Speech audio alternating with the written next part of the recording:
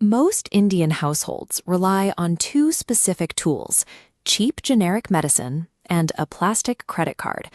On the surface, they share nothing in common, but if you look at the business models behind them, you'll find the same story: a high-volume machine suddenly being forced to upgrade. For India's pharmaceutical industry, that story began with a specific legal decision in 1970. The government passed the Patents Act, declaring that companies could no longer patent a drug itself, only the specific process used to manufacture it. This legal loophole allowed scientists to master reverse engineering.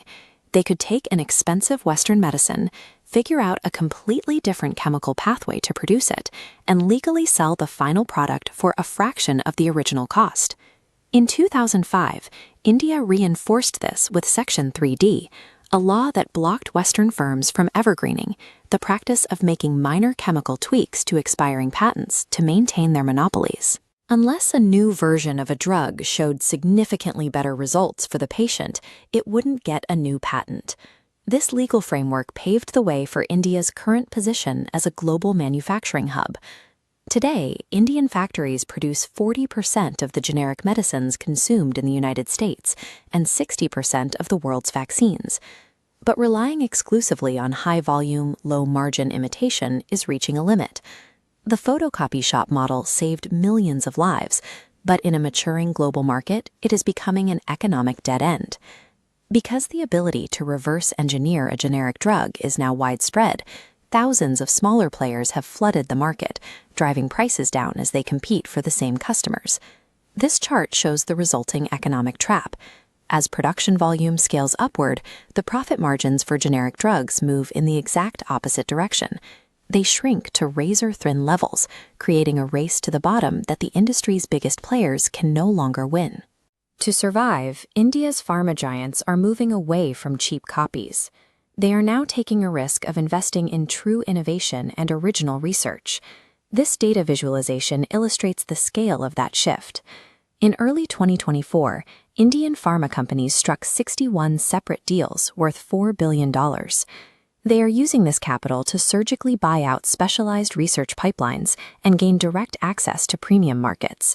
They are moving into biologics, complex drugs made from living cells rather than chemicals. This allows them to compete in high-value sectors like oncology and the booming market for GLP-1 weight loss medications.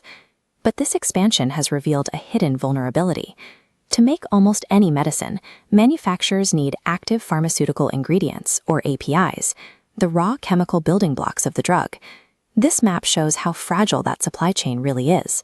India depends on China for up to 90%. If trade is disrupted, the pharmacy of the world runs out of ingredients within days. In response, the government has launched multi-billion-dollar incentive schemes to restart domestic API manufacturing. The goal is to domesticate the entire supply chain and break this reliance on foreign chemicals. Indian pharma is climbing the value chain to secure its future. At the same time, the credit card industry is undergoing a nearly identical graduation to protect its own margins. While pharma shifts from generics to innovation, the credit card market is splitting between banks that chase high-value customers and those that were built on high-volume debt. The turning point came when the Reserve Bank of India tightened rules on co-branded cards. This instantly penalized smaller issuers who relied on volume and reckless open market sourcing. The largest banks, however, are thriving. They use credit cards as a high-value tool to secure relationships with disciplined users who also keep their deposits and mutual funds at the same bank.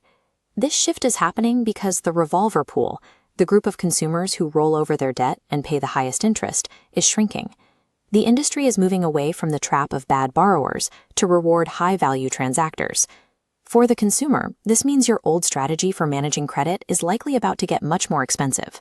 For a professional earning 25,000 rupees a month, the industry's most profitable invention is the minimum amount due option. It's a mechanism designed to keep you in debt while making you feel financially secure.